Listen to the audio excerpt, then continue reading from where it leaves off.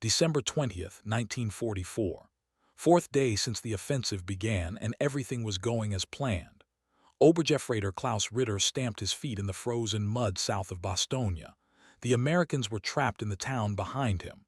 Roads were cut. The fog hadn't lifted in 3 days, which meant no enemy aircraft, no resupply drops, nothing.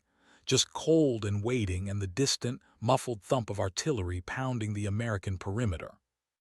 His squad held a crossroads 5 kilometers south of the siege lines. Not much to defend, really.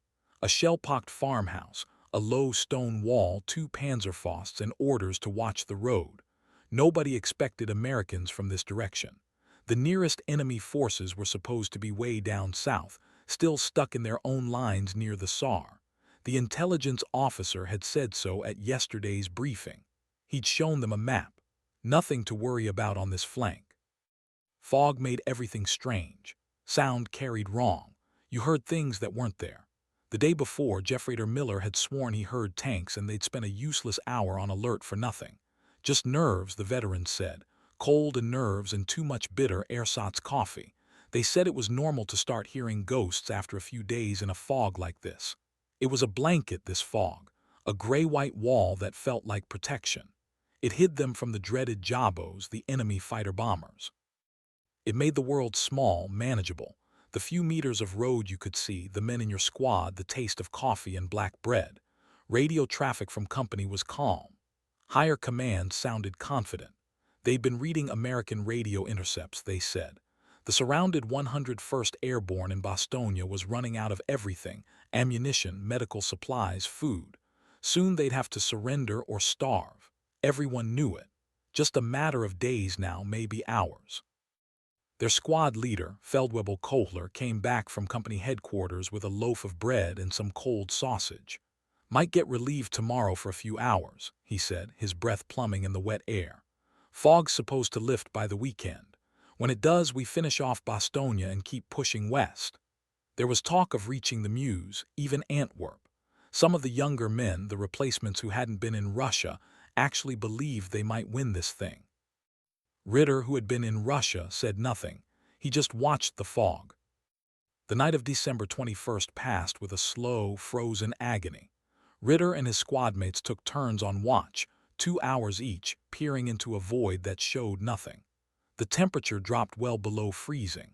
Moisture in the air coated everything in a slick, invisible film that then turned to ice.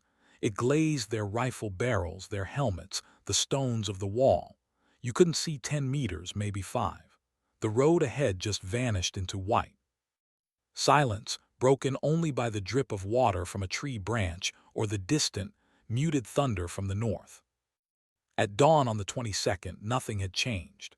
Same fog, same penetrating cold that settled in the bones, same invisible enemy somewhere ahead that didn't matter, because everyone knew they couldn't move in this weather anyway.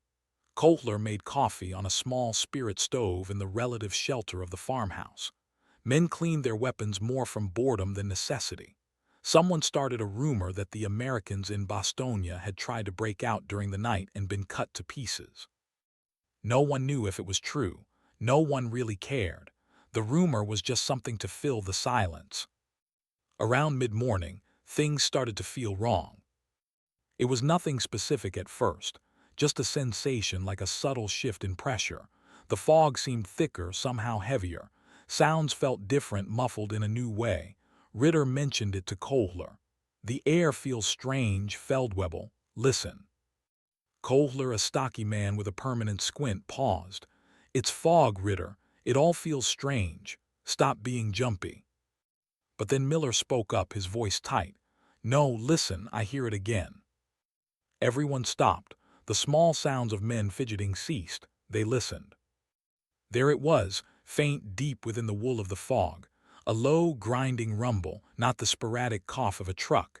This was sustained. Multiple engines. Engines, Miller whispered, as if saying it too loud would make them real. Kohler held up a hand for silence. His head was cocked. The sound was there, undeniable now. Heavy engines, not one. A convoy coming from the south.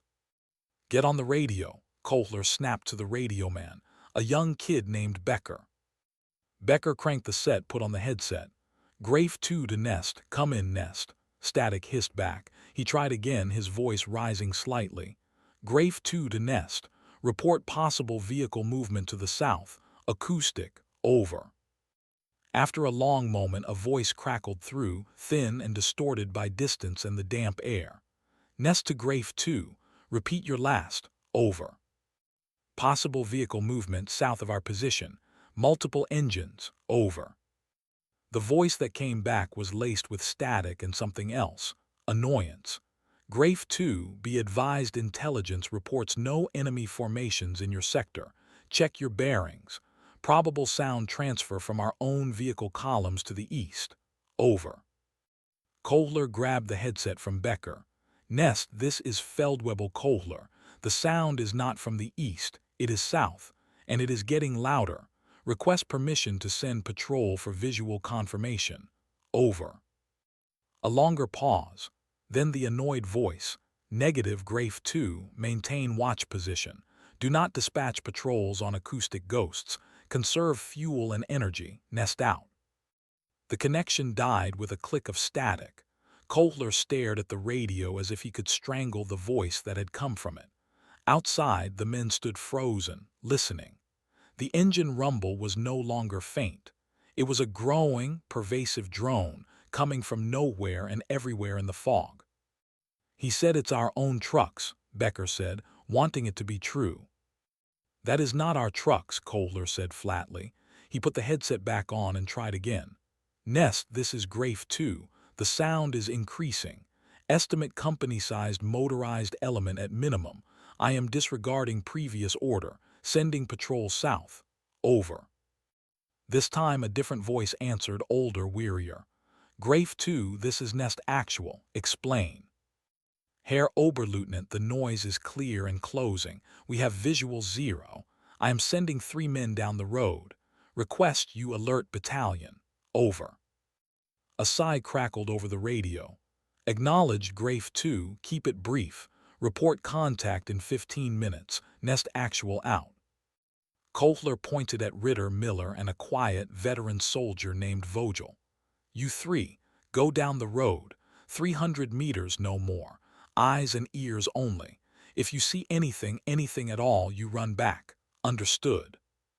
They nodded, checking their rifle bolts. Ritter's mouth was dry. They moved out from behind the stone wall, slipping into the wall of white. The world collapsed to the few meters of crushed stone road beneath their boots, the gray forms of the men to his left and right, and that ever-growing sound. It surrounded them. At 50 meters, they could see nothing. At 100 meters, the farmhouse behind them had vanished. The sound was now a physical vibration in the air, felt in the chest as much as heard.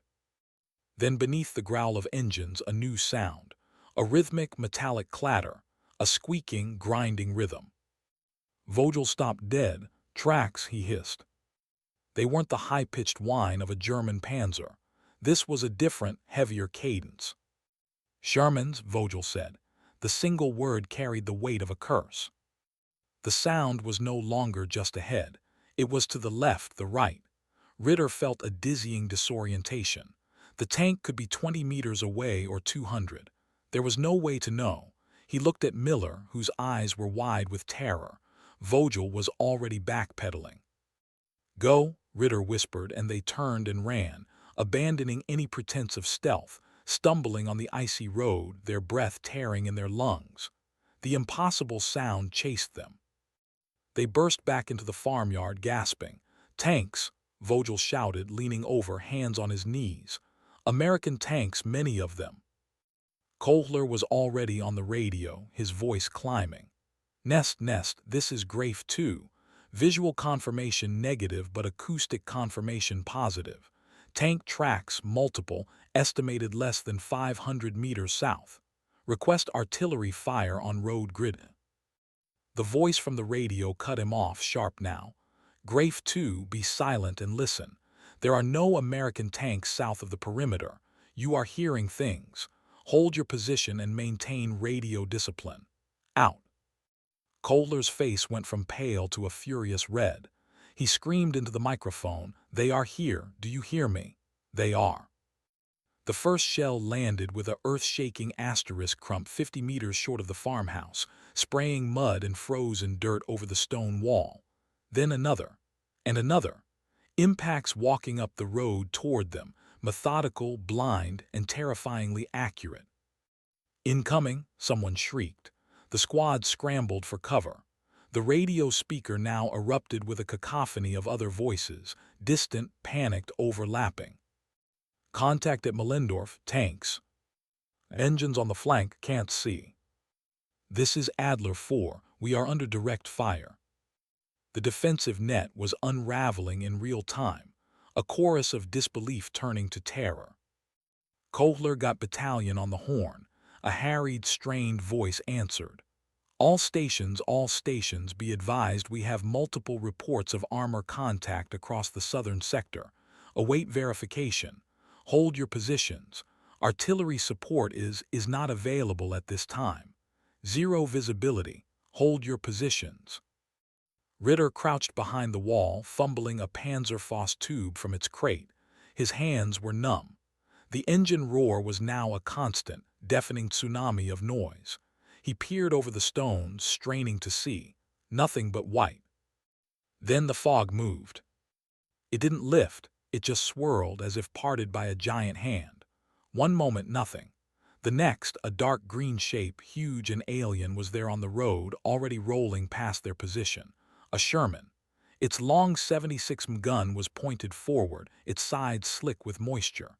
It was so close Ritter could see the welded seams on its hull, the stenciled serial number. It passed by like a ship in a channel, indifferent, and was swallowed again by the fog before Miller could even swing the machine gun toward it. "Main got," someone whimpered. More engines followed. The sound of tracks on stone became a continuous roar. Kohler was shouting into the dead radio, "They are passing us, they are going north, we cannot stop them." He threw the headset down. "We can't stay here, we'll be overrun. Fall back to the secondary position at Neff. Now." No one argued. They grabbed weapons, the remaining Panzerfaust, and ran from the farmhouse, away from the road, north into the fields. The road itself was already chaos. Figures emerged from the fog, other German soldiers from other outposts, all moving north, their faces masks of shock. No order, just a collective, instinctive retreat. And Oberleutnant Ritter didn't know stood in the middle of a lane, waving a pistol, trying to stem the tide. "Halt, you will hold, this is cowardice. The enemy is not here, it is a trick." Then the sound of tracks grew loud again, very close. The Oberleutnant's head swiveled toward the noise.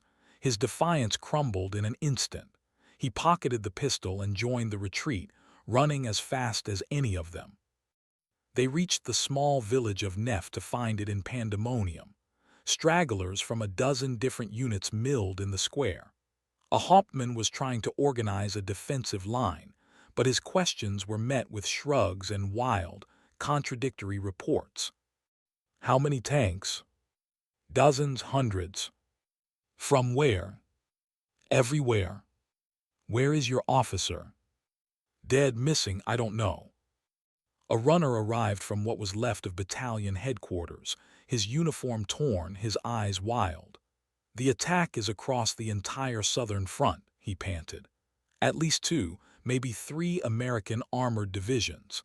They broke through the forward positions in under an hour. Communications are down.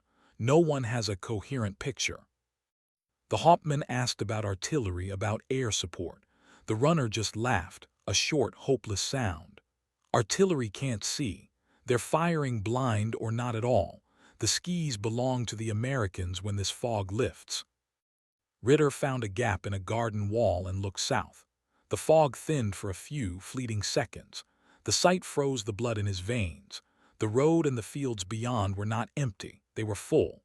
A rolling river of steel and olive drab, Shermans, tank destroyers, half-tracks, trucks, all moving north in a seemingly endless column. Then the fog closed back in, but the image was seared into his mind. This was not a raid. This was an army. By the afternoon, their position in Neff was disintegrating without a single American soldier setting foot in it. The sound was the weapon. The relentless, grinding roar of engines and tracks from all sides, growing closer, then fatting, then coming from a new direction. Men broke. They slipped away into the fog, heading east, just trying to escape the noise. The Hauptmann gave the order to withdraw further north, toward the outer siege lines of Bastogne itself. It was a retreat, no other word for it. That night, December 22nd, Ritter's shattered squad found shelter in a barn only 3 kilometers from where they'd started that morning. It felt like they'd retreated across a continent. They were 7 men now, from the 12 that morning. Finally, a shaky radio link was established with a fragment of battalion command. The news was definitive. The American Third Army under General Patton had attacked from the south. They had driven through the night and fog, navigating icy roads considered impassable for a large force, and had shattered the German southern flank. A corridor to Bastogne was being forced open. The orders that crackled over the radio were hollow: reform, establish blocking positions, prepare for counterattack. Kohler relayed the orders to the men.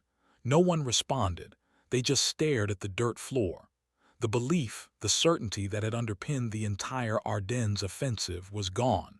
It had evaporated in the fog, replaced by a single, terrifying understanding. They had been wrong. Completely, catastrophically wrong. December 23rd dawned clear and cold. The fog was gone, burned away by a pale winter sun. And with it, the last German advantage vanished. The sky, silent for days, now filled with a droning orchestra of American aircraft, silver fighter bombers diving with shrieking engines, clusters of transport planes dropping parachutes of supplies directly into Bastogne. The sight was one of utter, hopeless dominance. Ritter watched from a tree line as P-47s worked over a German vehicle column on a distant road. Tiny flashes, then smoke, then secondary explosions. There was no cover. They were hastily merged with other remnants into a Kampfgruppe, a battle group of the lost. Their new orders were to hold a ridgeline east of the advancing American column. They dug shallow foxholes in the iron-hard earth. From their position, they had a horrifyingly clear view of the American might. Miles of armor and trucks moving relentlessly north, methodical, unstoppable. Artillery observers with radios called down fire on any suspected resistance. They were spectators to their own defeat. On December 26th, the news came through. The American spearheads had linked up with Bastogne. The siege was broken. The corridor was secure. The Kampfgruppe was ordered to withdraw east to avoid being cut off. The retreat was a nightmare of freezing marches, dodging American patrols and flares that lit the night into blue-white day. They reached what passed for German lines on the 27th. 6 men remained. In a bunker, drinking lukewarm water pretending to be coffee, Ritter listened to an unteroffizier from a signals unit talking.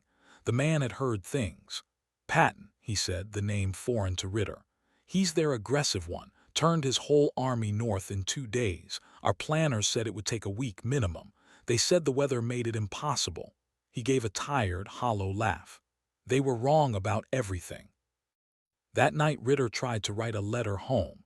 He wanted to explain the feeling, not of losing a battle, but of losing reality itself.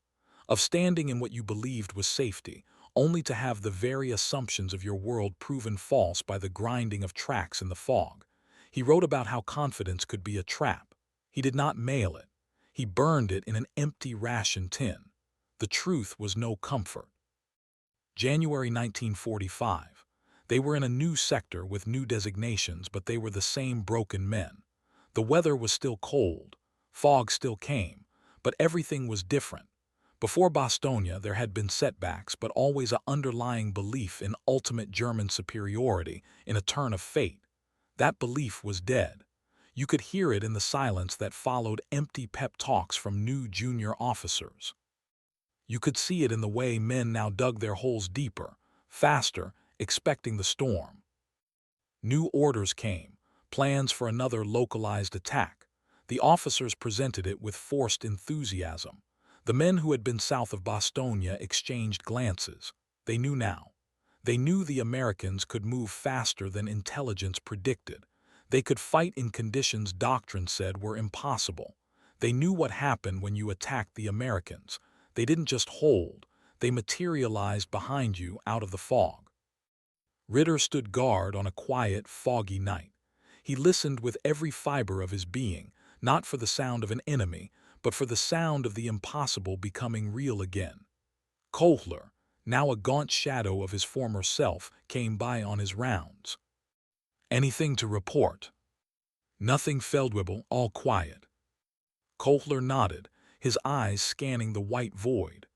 "Quiet is just a noise you haven't identified yet," he said softly and moved on.